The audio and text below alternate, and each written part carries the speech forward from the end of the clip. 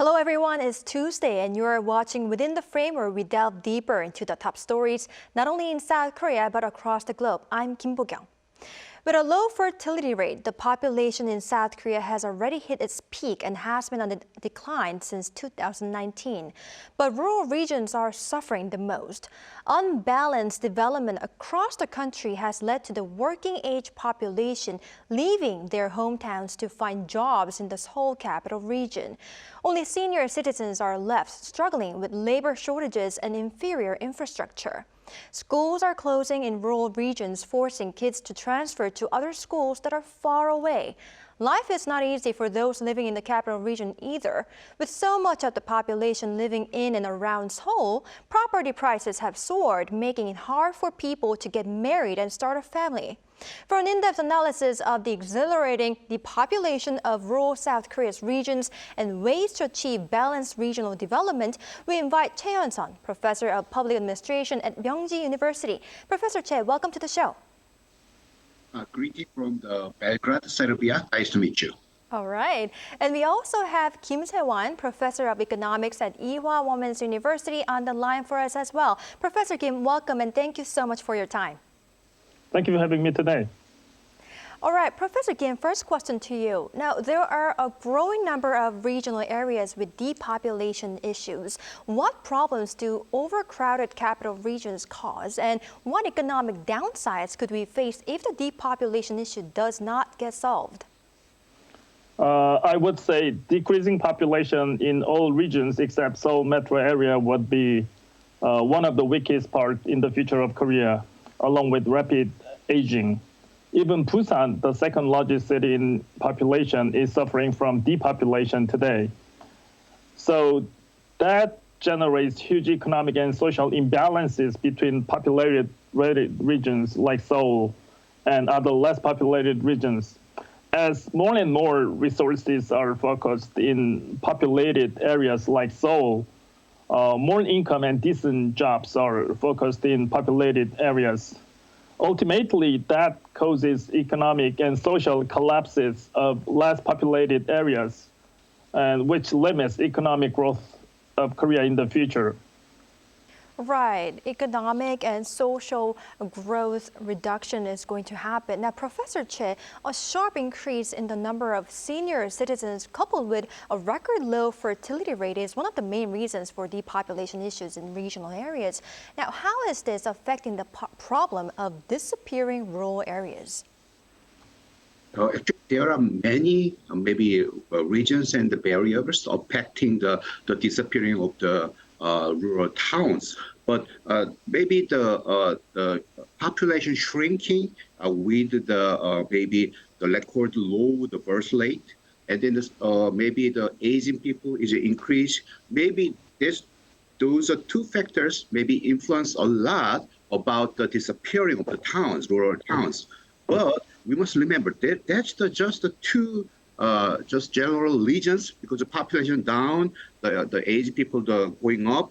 But the real problem we faced about the disappearing of rural town is a migration, especially young generation people migrate from the rural towns to the big city area, which is normally Seoul metropolitan area or Gyeonggi province. So the only like less than 20% of the size of the maybe Korean peninsula, but more than half of the population now concentrate on that Seoul and Gyeonggi province. So migration, how we can prevent migration is a key point to prevent disappearing the towns.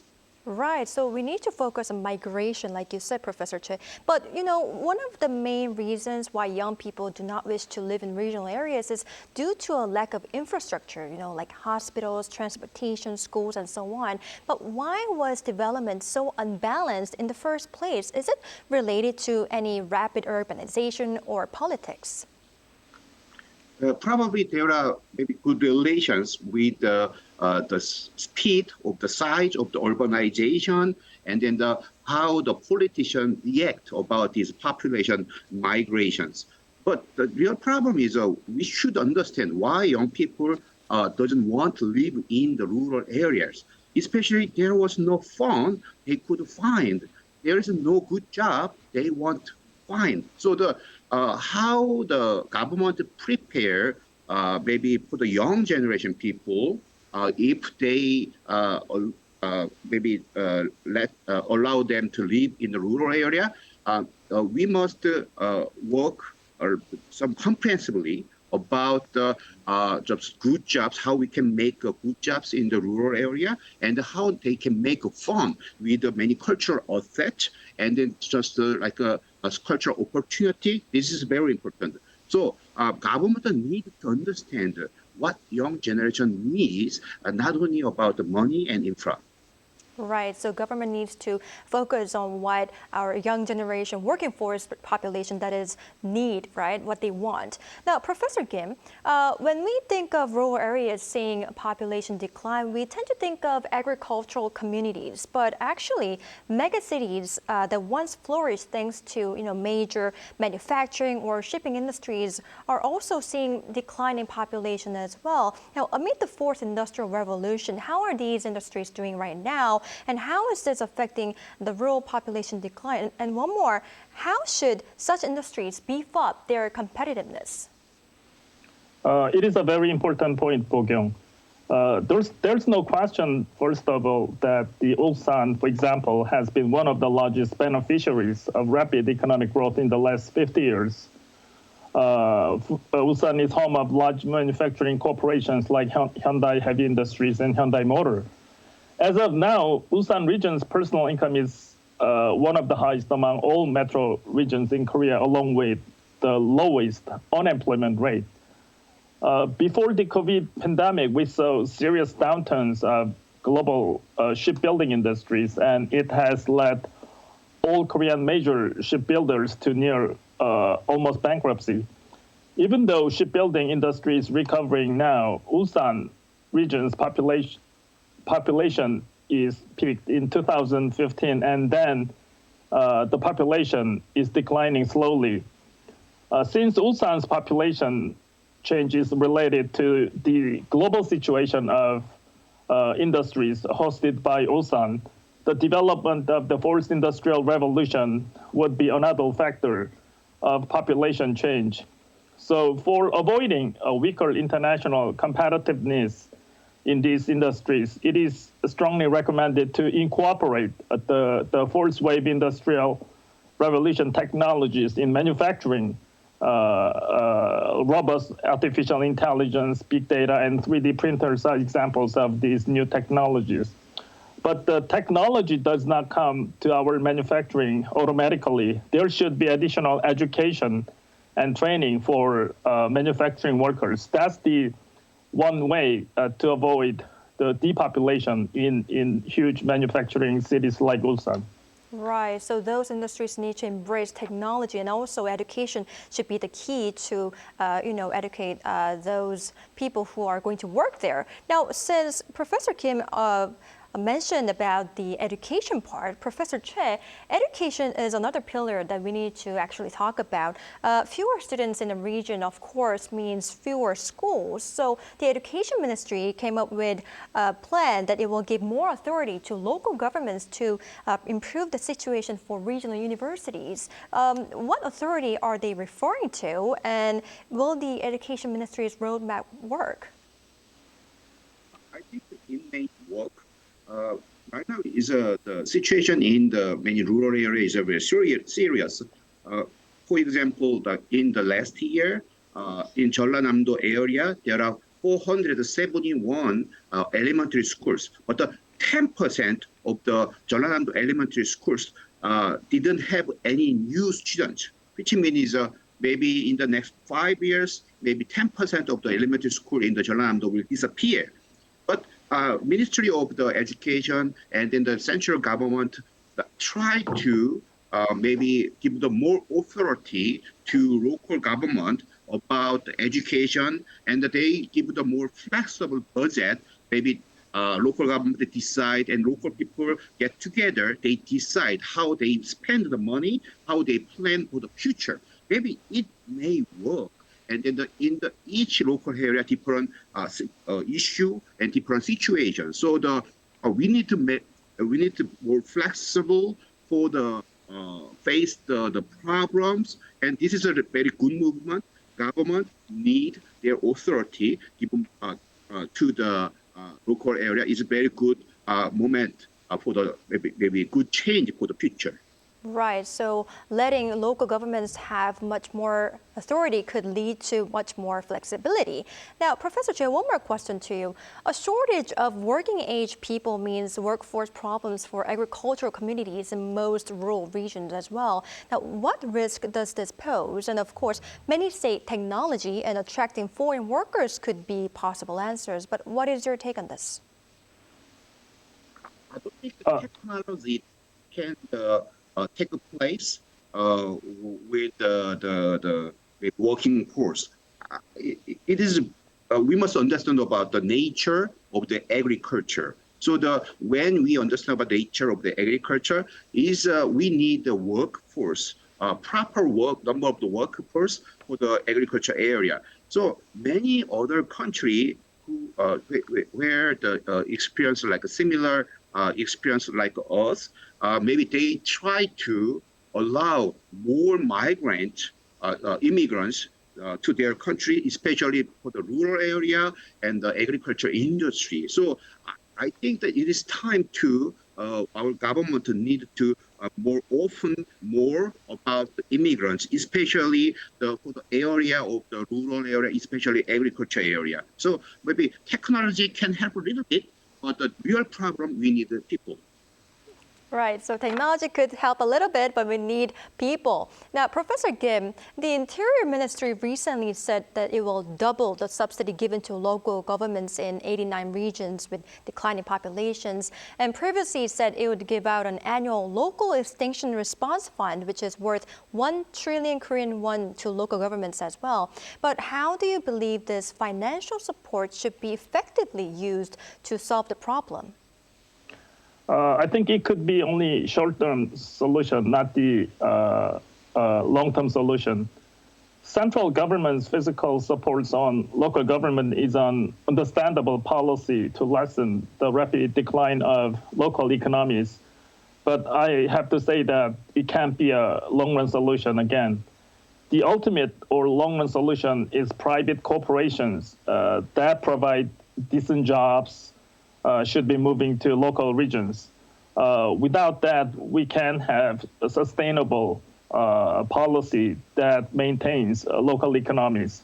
For that purpose, there should be unprecedented new approach on this problem, like much more attractive tax support from both of central and local governments, and improved local education system, as Professor Choi talked about. Right, so just giving out money is not going to help that much. We need to have companies there. Now, Professor Choi, 5 ministries recently came up with another plan to establish regional revitalizing towns to provide those wishing to live in rural areas homes and access to infrastructure like healthcare systems as well. They said they are going to designate 7 regions out of 89 this year, but could this work? I think that this is maybe a regional cooperation. In this way, it is one possible solution. But this is not new one. Actually, since 2010, Japan tried to use the same way, the share infrastructure, for example, health and other kind of the public services with the many towns in the one big regions. Actually, also Park-geun administration in our government also tried to the similar project applied to the many rural area, but it didn't work. And then Japan is still trying working, but it sounds good. Maybe 5 ministry, we can cooperate, we can make towns and how to revitalize the area. But the issue is how to implement, and it has a real result and outcome for the people. It's a very different story. So I think that this is a very good start, but people need to see the result and outcome. So the government needs to work harder because this is not a new one. We have tried, but there was no result. So please, in this time, we need the outcome and result. Right, I see. Professor Kim, many also underline the importance of those who do not live in rural areas but visit irregularly and maintain special relationships with certain regions. What economic effect could these people bring to regional economy, and could companies expanding work from home systems and allowing more workers to go on so-called workations help? In Korea, more than 85% of population lives in cities of more than 50,000 inhabitants. But Korean people take sanctuary in rural regions. Like whenever we visit a rural area, we feel very comfortable and happiness. That is one of the many reasons why we should keep and develop rural regions. In addition, we were forced to work in remote or working from home over COVID pandemic.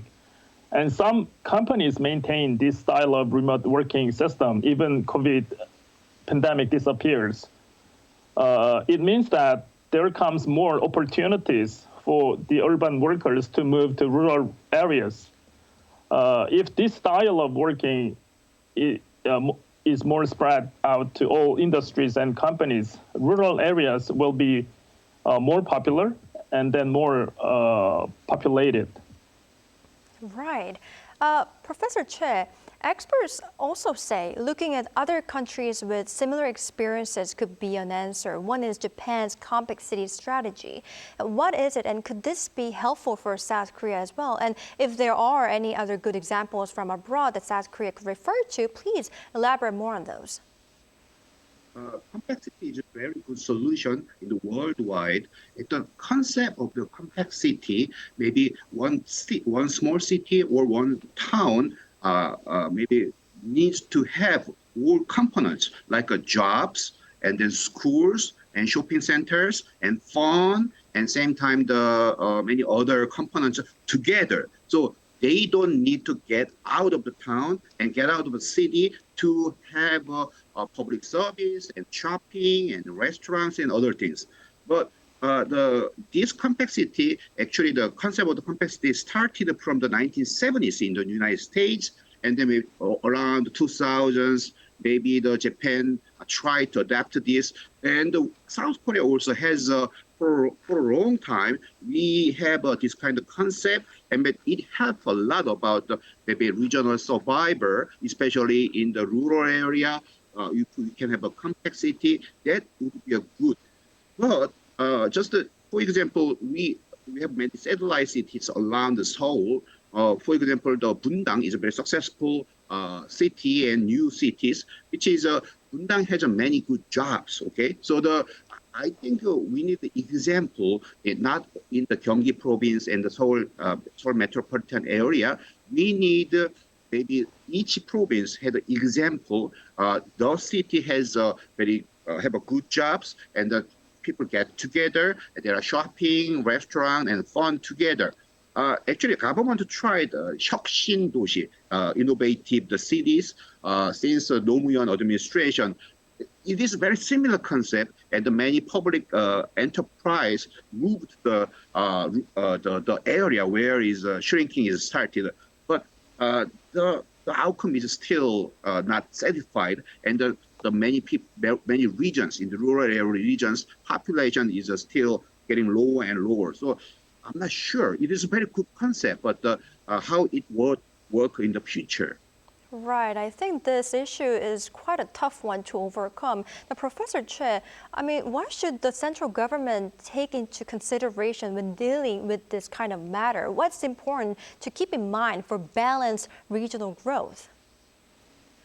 I think that Korea has a really good development in terms of the infrastructure, economic success. We have enough money and we have enough infrastructure. But the problem we faced is about the people.